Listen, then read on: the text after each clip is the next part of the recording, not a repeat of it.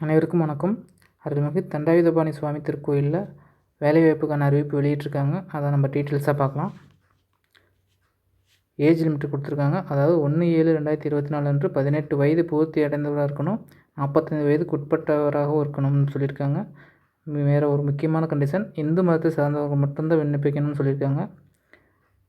வெளித்துறை காலியாக உள்ள பணியிடங்கள் இளநிலை உதவியாளர் 7 பணியிடம். அதுக்கான கல்வி தொகுதின்னு பார்த்தோம்னா 10th முடிச்சிருக்கணும்னு சொல்லியிருக்காங்க, அல்லது அதுக்கு ஈக்குவலண்ட்டாக படிச்சிருக்கணும்னு சொல்லியிருக்காங்க. சீட்டு விற்பனையாளருக்கு 13 காலி பணியிடம் இருக்குது. அதுக்கான கல்வி தொகுதி 10th முடிச்சிருக்கணும்னு சொல்லியிருக்காங்க. சத்திரம் காப்பாளருக்கு 16 காலியிடம் இருக்குது. அதுக்கான எஜுகேஷன் குவாலிஃபிகேஷன் அதுக்கும் 10th முடிச்சுக்கணும்னு சொல்லியிருக்காங்க. சுகாதார மேஸ்திரி மலைக்கோயில் அதுக்கு 2 வேக்கண்ட் இருக்குது. அது 10th, அதாவது தமிழில் இப்போ எழுத படிக்க தெரிஞ்சிருந்தால் போகணும்னு சொல்லியிருக்காங்க. சுகாதார மேஸ்திரி அதுக்கும் தமிழில் எழுத படிக்க தெரிஞ்சிருந்தால் போதும்னு சொல்லியிருக்காங்க. சுகாதார மேஸ்திரி அனைத்து உபகோயில்கள் அதுக்கும் தமிழில் எழுத படிக்க தெரிஞ்சிருந்தால் போதும்னு சொல்லியிருக்காங்க. பூஜை மற்றும் காவல் உபகோயில் ஒரு வேக்கண்ட்டு, அதுக்கு தமிழில் எழுத படிக்க தெரிஞ்சிருந்தால் போதும்னு சொல்லியிருக்காங்க. காவல் மலைக்கோயில் அது 2 வேக்கண்ட்டு, தமிழில் எழுத படிக்க தெரிஞ்சிருந்தால் போதும்னு சொல்லியிருக்காங்க கல்வி தகுதி. காவல் உபகோயில் மற்றும் உப நிறுவனங்கள் 44 போஸ்ட் இருக்குது. அதுக்கு தமிழில் எழுத படிக்க தெரிஞ்சிருந்தால் போதும்னு சொல்கிறாங்க. துப்புரவு பணியாளர் மலைக்கோயில் 57 வேக்கண்ட் இருக்குது. அது தமிழில் எழுத படிக்க தெரிஞ்சிருந்தால் போதும்னு சொல்லியிருக்காங்க. துப்புரவு பணியாளர் உபகோயில்கள் மற்றும் உப நிறுவனங்கள் 104 போஸ்ட் இருக்குது. அதுக்கு தமிழில் எழுத படிக்க தெரிஞ்சிருந்தால் போதும்னு சொல்லியிருக்காங்க. கால்நடை பராமரிப்பு 2 போஸ்ட் இருக்குது. அதுக்கும் தமிழில் எழுத படிக்க தெரிஞ்சிருந்தால் போதும்னு சொல்கிறாங்க. உதவி யானை மாவுத்தர் உபகோயில் ஒரு போஸ்ட் இருக்குது. அது தமிழில் எழுத படிக்க தெரிஞ்சுக்கணும்னு சொல்லியிருக்காங்க. Must possess the capacity ability knowledge to train control guide command and speak language for communicating. அதாவது யானை கண்ட்ரோல் பண்ணணும், கட்டுப்படுத்தணும், அந்த ஒரு நாலேஜ் இருக்கணும்னு சொல்லி கல்வி தகுதி சொல்லியிருக்காங்க. சுகாதார ஆய்வாளர் உபகோயில்கள் இது 8th பாஸ் பண்ணியிருக்கணும்னு சொல்லியிருக்காங்க. அது கூட must possess a certificate for having undergone sanitary inspector training course முடிச்சிருக்கணும்னு சொல்லியிருக்காங்க கல்வி தகுதி. அடுத்து தொழில்நுட்ப டெக்னிக்கல் வேக்கண்ட்டு போட்டிருக்காங்க. உதவி பொறியாளர் ஏஇ EEE வந்து ஒரு வேக்கண்ட் இருக்குது. அது பிஇ EEE முடிச்சிருக்கணும்னு சொல்லியிருக்காங்க. பிஇயில் ECE electronic and communication engineering. அடுத்து உதவி பொறியாளர் சிவிலில் 4 வேக்கண்ட் இருக்குது. அதுக்கு சிவில் இன்ஜினியரிங் முடிச்சிருக்கணும், பிஇ சிவில் இன்ஜினியரிங் முடிச்சிருக்கணும்னு சொல்லியிருக்காங்க. அடுத்து இளநிலை பொறியாளர், அதாவது ஜேஇ ஜூனியர் இன்ஜினியர்னு சொல்லுவோம், அது எலக்ட்ரிக்கலில் டிப்ளமோ இன் எலக்ட்ரிக்கல் இன்ஜினியரிங் முடிச்சிருக்கணும்னு சொல்லியிருக்காங்க. இளநிலை பொறியாளர் ஆட்டோமொபைல் அதுக்கு டிப்ளமோ இன் ஆட்டோமொபைல் இன்ஜினியரிங் முடிச்சிருக்கணும்னு கேட்டிருக்காங்க. இளநிலை பொறியாளர் மெக்கட்ரானிக்ஸ் ரோபோட்டிக்ஸ் இதுக்கு diploma in mechatronics or robotics engineering முடிச்சிருக்கணும்னு சொல்லியிருக்காங்க. மேற்பார்வையாளர், அதாவது சூப்பர்வைசர்னு சொல்கிறது சிவில் டிபார்ட்மெண்ட், அதில் 3 வேக்கண்ட் இருக்குது. டிப்ளமோ இன் சிவில் இன்ஜினியரிங் முடிச்சிருக்கணும்னு சொல்லியிருக்காங்க. மேற்பார்வையாளர் இயந்திரவியல் மெக்கானிக்கல் அதுக்கு 3 வேக்கண்ட் இருக்குது. டிப்ளமோ, அதாவது qualification diploma in mechanical engineering முடிச்சிருக்கணும்னு சொல்கிறாங்க. தொழில்நுட்ப உதவியாளர் மின்பணி அதுக்கு டிப்ளமோ இன் எலக்ட்ரிக்கல் இன்ஜினியரிங் EEEன்னு சொல்லுவோம், அது குவாலிஃபிகேஷனாக கேட்டிருக்காங்க. தொழில்நுட்ப உதவியாளர், அதாவது டெக்னிக்கல் அசிஸ்டன்ட் சொல்லுவோம், அதுக்கு ஒரு வேக்கண்ட் இருக்குது. Must bosses diploma in electronic and communication engineering qualification கேட்டிருக்காங்க. அடுத்ததாக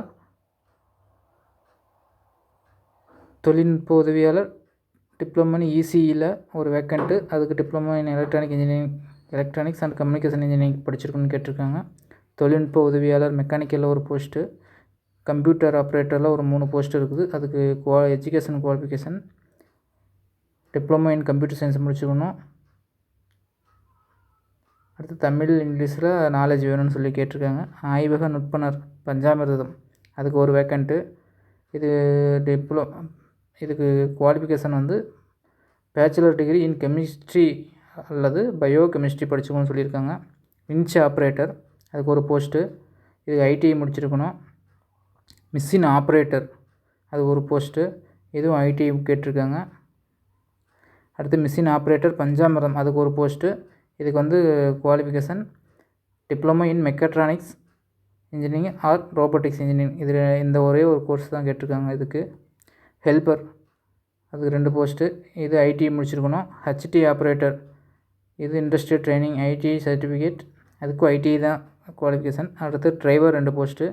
இது 8th முடிச்சிருக்கணும். அடுத்து லைசன்ஸ் எடுத்துருக்கணும். லைட் வெஹிக்கிள் அல்லது ஹெவி போட்டிருக்கணும்னு கேட்டு சொல்லியிருக்காங்க. அடுத்து ஆசிரியர் காலி பணியிடங்கள். ஆகம ஆசிரியர், அர்ச்சகர் பள்ளி, பயிற்சி பள்ளி ஒரு போஸ்ட்டு. இது வந்து எக்ஸ்பீரியன்ஸ் ஃபஸ்ட் 5 years எக்ஸ்பீரியன்ஸ் போட்டிருக்கணும், இருக்கணும். 5 years எக்ஸ்பீரியன்ஸ் இருக்கணும்னு சொல்லியிருக்காங்க. அடுத்து உள்துறை காலி பணியிடங்கள். அத்தியானப்பட்டர் ஒரு போஸ்ட்டு மலைக்கோயிலில். இது தமிழ் எழுத படிக்க தெரிஞ்சிருக்கணும். Next pass certificate in the relevant field for the having undergone 1 year course in an Agama school or வேத Patasala run by religion institution or government institution or any other institution. ஆகம விதிகள் படிச்சிருக்கணும் அப்படின்ட்டு இருக்காங்க இந்த போஸ்ட்டுக்கு. அர்ச்சகர் உபகோயில் 2 போஸ்ட் இருக்குது. இது தமிழ் எழுத படிக்க தெரிஞ்சுக்கணும். அப்புறம் அர்ச்சகருக்கான சர்டிஃபிகேட் எடுத்துருக்கணும். நாதஸ்வரம் 2 போஸ்ட்டு. அதுக்கும் நாதஸ்வரம் தமிழ் எழுத படிக்க தெரிஞ்சுக்கணும். நாதஸ்வரத்துக்கான கோர்ஸ் முடித்து சர்டிஃபிகேட் வாங்கியிருக்கணும். தவில் 2 போஸ்ட்டு. அதுவும் தமிழ் எழுத படிக்க தெரிஞ்சிருக்கணும். அதுவும் தவிலுக்கான பயிற்சி முடித்து சர்டிஃபிகேட் வாங்கி வச்சுக்கணும். தாளத்துக்கு 5 போஸ்ட்டு. அது தமிழ் எழுத படிக்க தெரிஞ்சிருக்கணும். அதுக்கான இன்ஸ்டியூட்டில் சர்டிஃபிகேட் முடித்து வச்சுருக்கணும். மாலை கட்டி ஒரு போஸ்ட்டு. அது தமிழ் எழுத படிக்க தெரிஞ்சிருக்கணும். இது மாலை கட்டுறதுக்கான பயிற்சி பெற்றிருக்கணும்.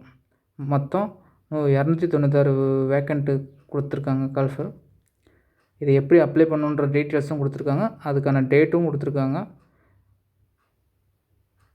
அதாவது இந்த அப்ளிகேஷனை வந்து palnimurugan.hrce.dn.government.in என்ற திருக்கோயில் இணையதளத்தில் பதிவிறக்கம் செய்து கொள்ளலாம். அல்லது www.hrce.dn.government.in அப்படின்ற வெப்சைட்லேயும் டவுன்லோட் செஞ்சுக்கலாம். இதுக்கான அப்ளிகேஷனை வந்து நேரடியாகவும் கொண்டு போய் கொடுத்துக்கலாம், அல்லது தபால் மூலியமாகவும் அனுப்பிக்கலாம்னு சொல்கிறாங்க. லாஸ்ட் டேட் வந்து அதாவது 5/12/2024 முதல் 8/1/2025 தேதி வரை மாலை 5:45 வரை திருக்கோயில் அலுவலகத்தில் மேற்படி அதாவது இந்த தேதிக்கு இந்த டயத்துக்கு முன்னாடி கொண்டாந்து கொடுத்துருன்னு சொல்லியிருக்காங்க. அதுக்கு பின்னாடி வர அப்ளிகேஷனில் ஏற்றுக்க மாட்டேன்னு சொல்லியிருக்காங்க.